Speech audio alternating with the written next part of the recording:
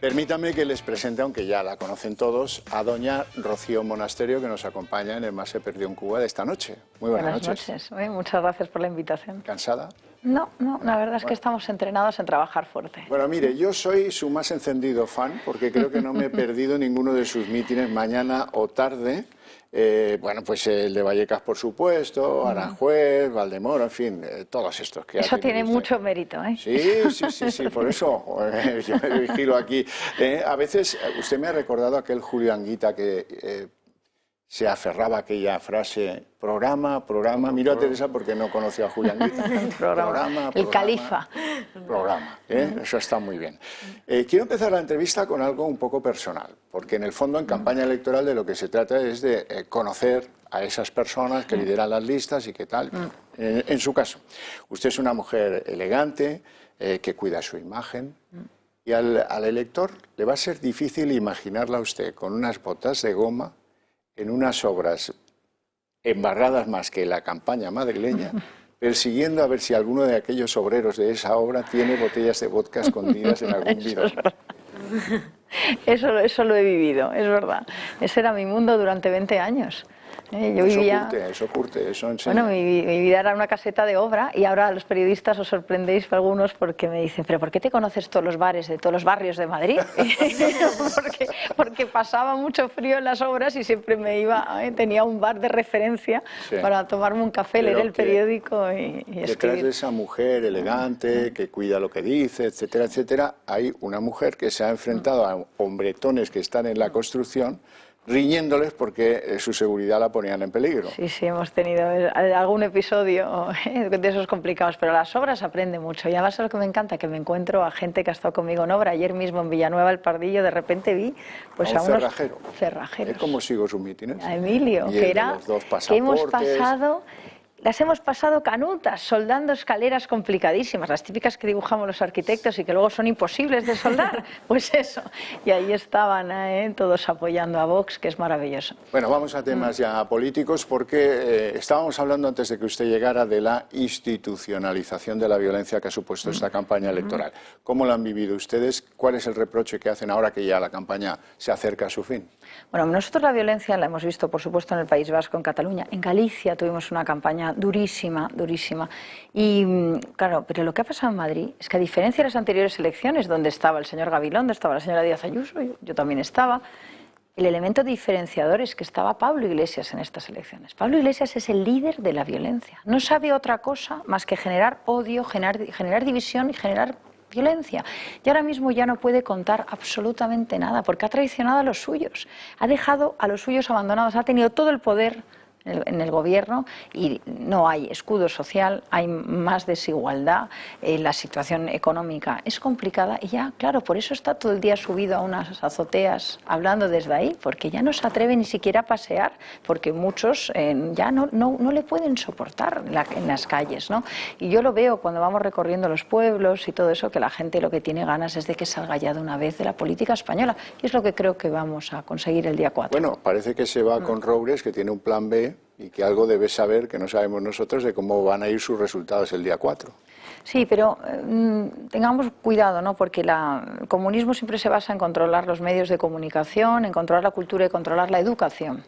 Esto no es una retirada, esto es otra manera de controlar pues la opinión de muchísimos españoles, probablemente de la mano de un independentista y de un tipo como Roures, que tanto daño ha hecho financiando el separatismo, ¿no? Usted, supongo que como buena arquitecta tendrá un plano, mejor dicho, bien dibujado de quién se ha mostrado solidario con ustedes durante esta campaña electoral por las piedras, los adoquines, los palos y todo lo que han recibido.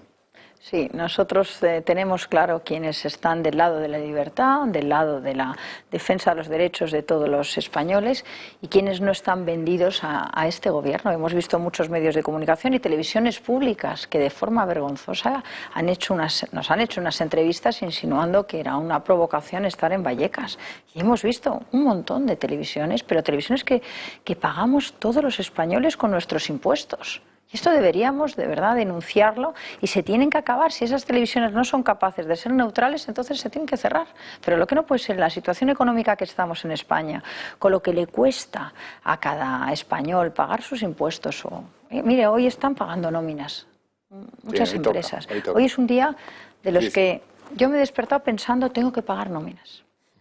Y te despiertas así. Yo sigo teniendo el día 20 de los trimestres igual, ¿no? Y hay muchísimos españoles que están, claro, que están fastidiados, que no saben cómo van a pagar a sus empleados. Y lo que estamos viendo es que los recursos se nos van a pagar televisiones públicas para que insulten a una mayoría de españoles, o en el caso de Vox a 4 millones de españoles, o se nos va al despilfarro político, a consejerías, a entes, a chiringuitos, a 136 diputados en la Asamblea de Madrid. Ya está bien. Eso creo que lo hemos entendido ya todos. Está claro, ¿verdad? Rebajar y cortar por la mitad pues es muy importante. Eso es programa, muy importante. programa, Eso es un tema fundamental. Y los demás políticos no quieren hablar de esto, porque en Sol, en la estación de metro de Sol, está el cartel de la abuela y el Mena, pero al lado hay otro cartel que habla de los 136 diputados y de las 13 consejerías. ¿A que no ha salido ninguna portada de ningún periódico ni nadie ha querido hablar de esto? Claro, es que hay un consenso con eso. Mire, con independencia de que los madrileños los voten o no, los españoles, todos, también los madrileños, pero sobre todo los españoles, les tenemos que agradecer dos cosas. La primera, que hayan aguantado el tirón de la violencia, que hayan enfrentado la violencia, a usted particularmente en ese único debate que ha habido en televisión, que enfrentara con Iglesias y con otros, pero sobre todo con Iglesias de una manera a campo tendido, ¿no?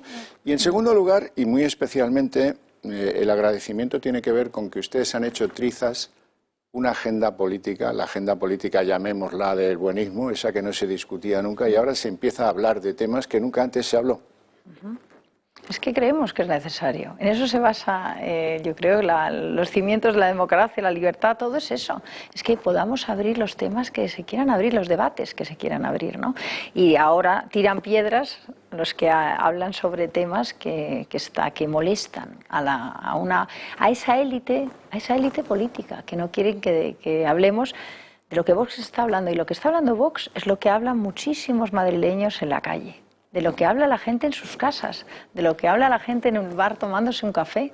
Y no puede ser que los políticos estén completamente alejados de esa realidad y quieran negar lo que es evidente, ¿no? Y es que la gente está preocupada por la seguridad de los barrios, está preocupada por el tema de los ocupas, está preocupada de dónde van sus impuestos, están preocupados porque no llegan al fin de mes y necesitan que bajen los impuestos, y están preocupados porque nadie protege a las familias y se sienten desprotegidos. Y de esto viene a hablar Vox. Al hilo de la reducción de la Asamblea de Madrid o de las consejerías de Madrid, en España hay 200.000 parlamentarios autonómicos.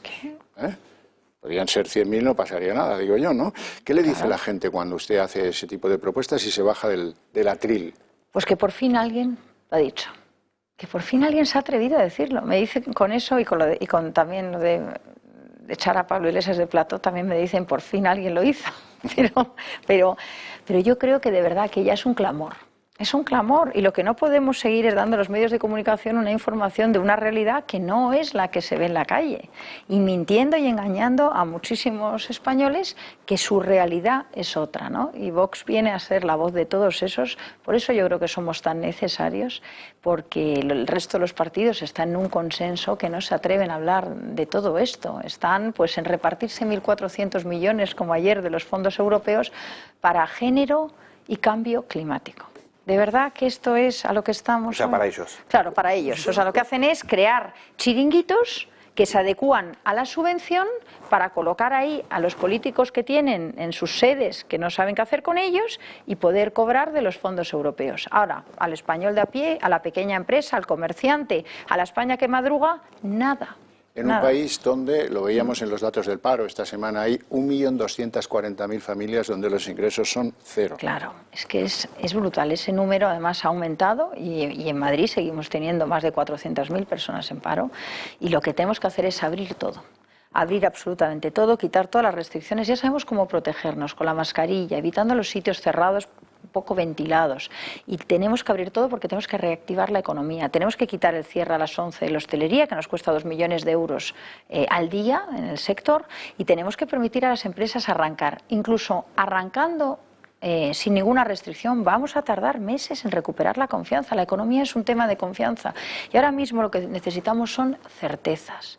Necesitamos gobiernos que den seguridad, que tengan claro un plan, que tengan capacidad de liderazgo y que tengan los equipos para llevar a cabo y ejecutar esas políticas. Y eso es lo que hace falta. Tampoco es pedir tanto. Italia lo tiene, Portugal lo tiene, Grecia lo tiene. Claro, pero mira, Italia ha reducido la mitad el número de diputados. Hombre, claro, sí. Y además no puede dar muchas lecciones en cuanto a la construcción del Estado a España, ¿no? Sin embargo, en esto han sido muy coherentes.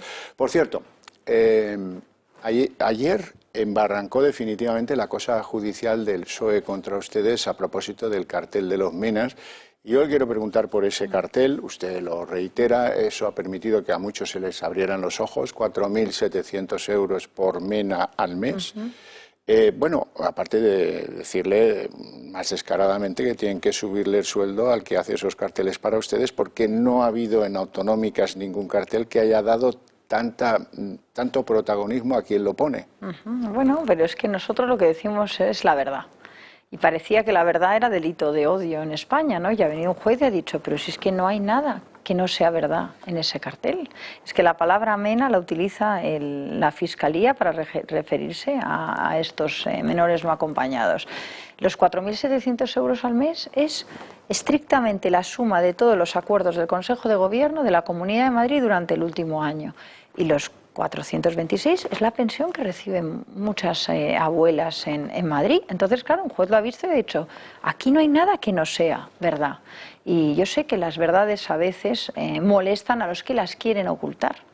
Pero Vox lo que ha hecho es sacar una verdad y una injusticia. Y yo creo que lo que nos tenemos que plantear es que los inmigrantes ilegales tienen que ser repatriados, los que sean niños tienen que estar con sus padres, los que sean delincuentes tienen que estar en la cárcel y lo que tenemos que hacer es pelear porque esa abuela o ese jubilado, el que se jubila con 40 y pico años, como hoy me contaba un empresario, no en Campo Real, no un autónomo, me decía su hija llorando, me decía, mira, es que lo que más me duele, y ahí se puso a llorar, me decía, lo que más me duele, y estaba su padre al lado, es que mi padre se ha matado a trabajar 47 años, 47 años se ha matado a trabajar, y la pensión que tiene no llega a 1.000 euros.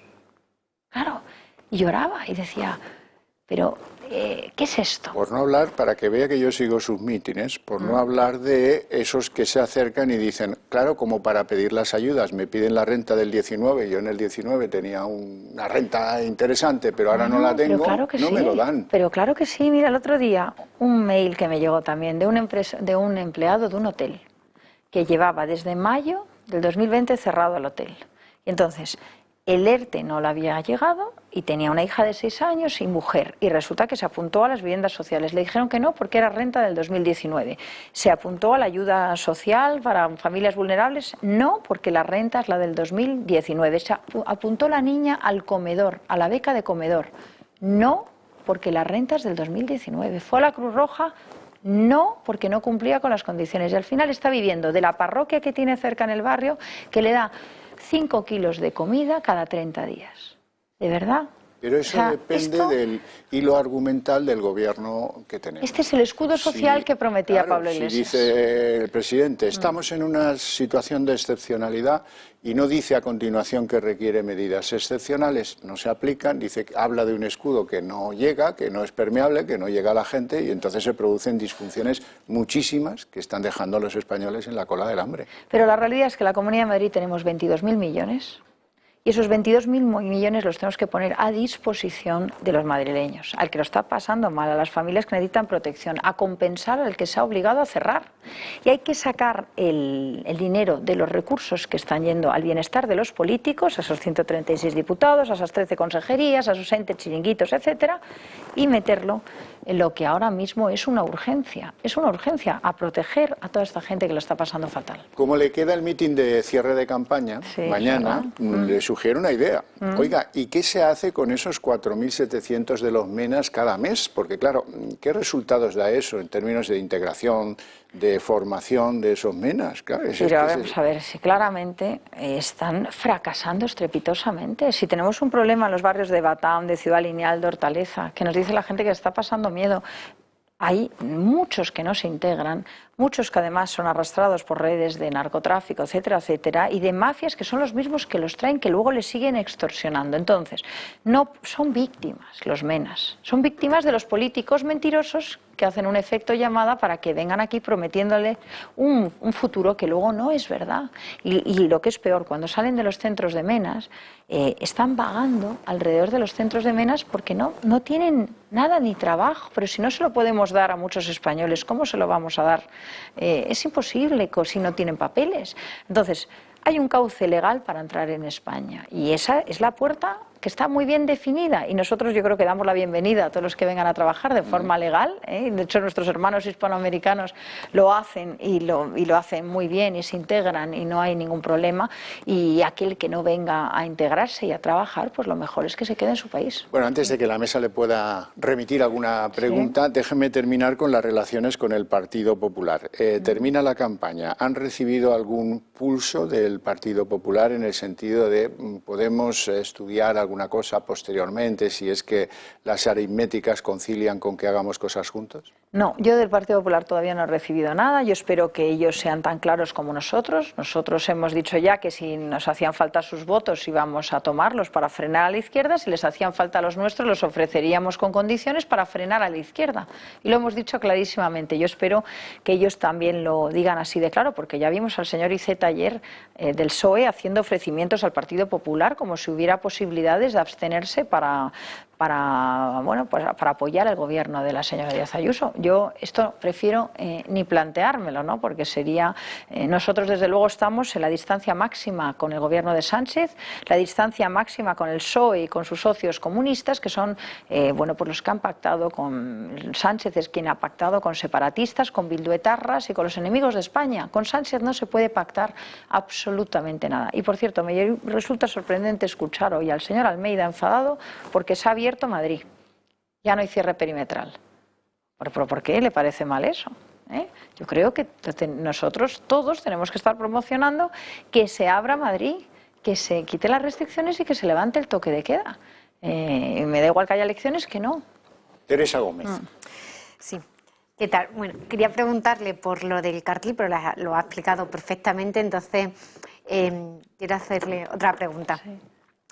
¿Cree que Pablo Iglesias ya iba con un guión predeterminado al debate, al no debate? Porque al final pues no lo hubo, ¿no? De la cadena SER. Porque claro, él nada más sentarse ya le dijo o se retracta o me voy. Sabía perfectamente antes de sentarse que no te ibas a retratar, ¿no? Entonces, ¿iba con ese guión predeterminado antes de...? Él iba con otro guión que es el que intentó imponer justo antes de entrar en el debate.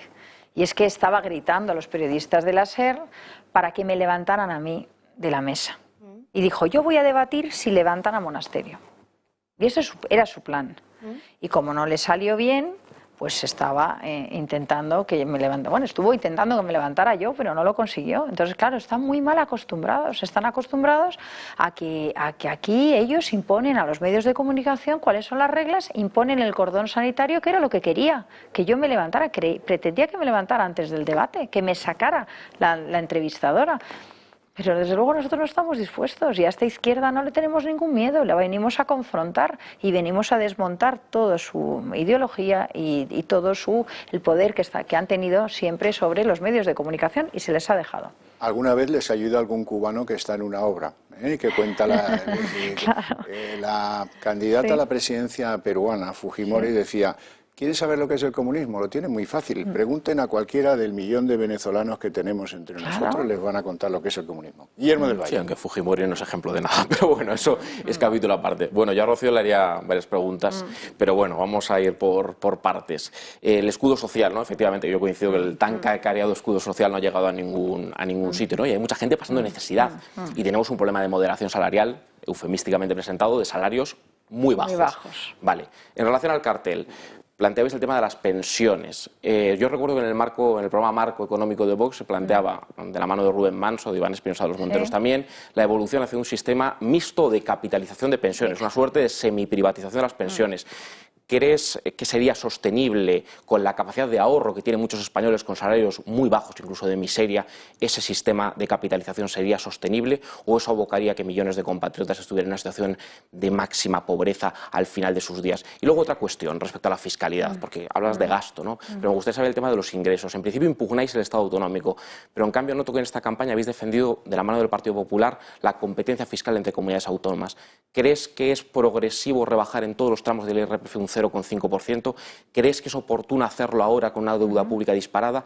¿Y no seguís defendiendo esa impugnación del Estado autonómico? ¿No crees que lo justo sería devolver la competencia de fiscalidad al Estado central? ¿O ya participáis de esa competencia entre comunidades autónomas a la baja en materia de fiscalidad? Mira, lo que de verdad amenaza a las pensiones es no querer abrir la discusión de las pensiones y estar casi en bancarrota como estamos con las pensiones ahora mismo, con una aportación de presupuestos, etcétera, etcétera.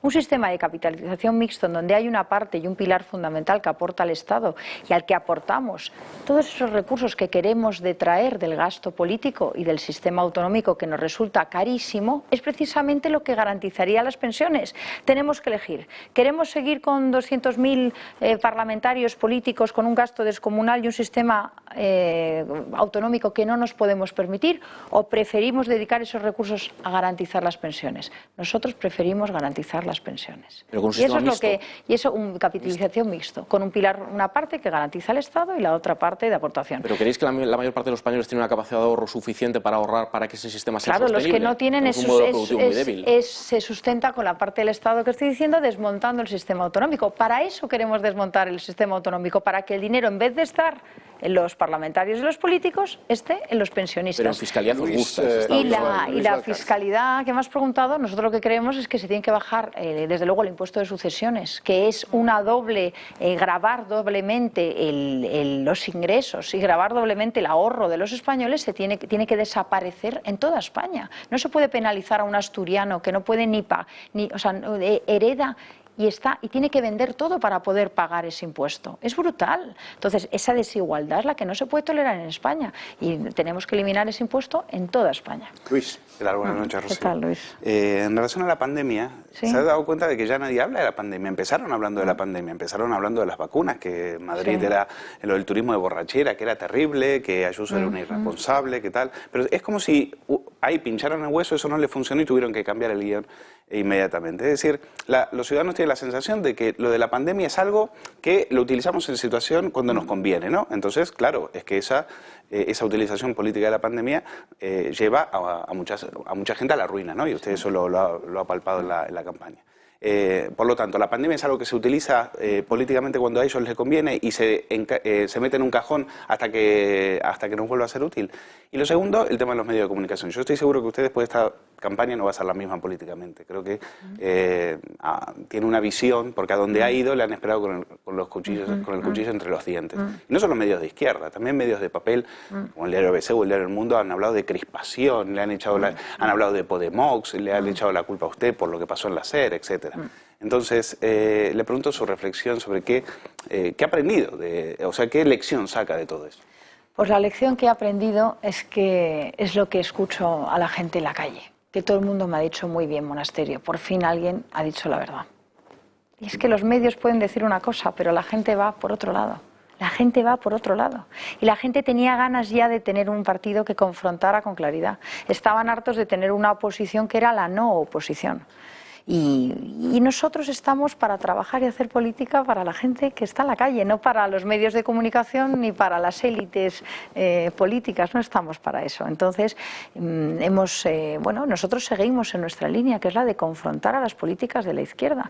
Y yo entiendo que duele porque estaban mal acostumbrados, estaban acostumbrados a una oposición domesticada, pero Vox no es una oposición domesticada y Vox es muy necesario para frenar a la izquierda y va a ser el muro de contención de la izquierda. ¿Y con la pandemia le van a dar la razón al final? No, la pandemia lo que es brutal es que con incidencias similares a las que hay ahora, los hayan tenido con un estado de excepción, con todo cerrado. Y ahora Sánchez diga, ya levanto el estado, que a mí me parece muy bien, que no haya estado...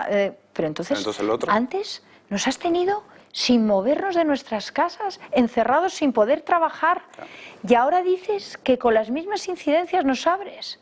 Esto lo que nos demuestra es que han sido unas restricciones arbitrarias. Y a mí me gustaría que el Constitucional respondiera a nuestros recursos sobre el estado de alarma.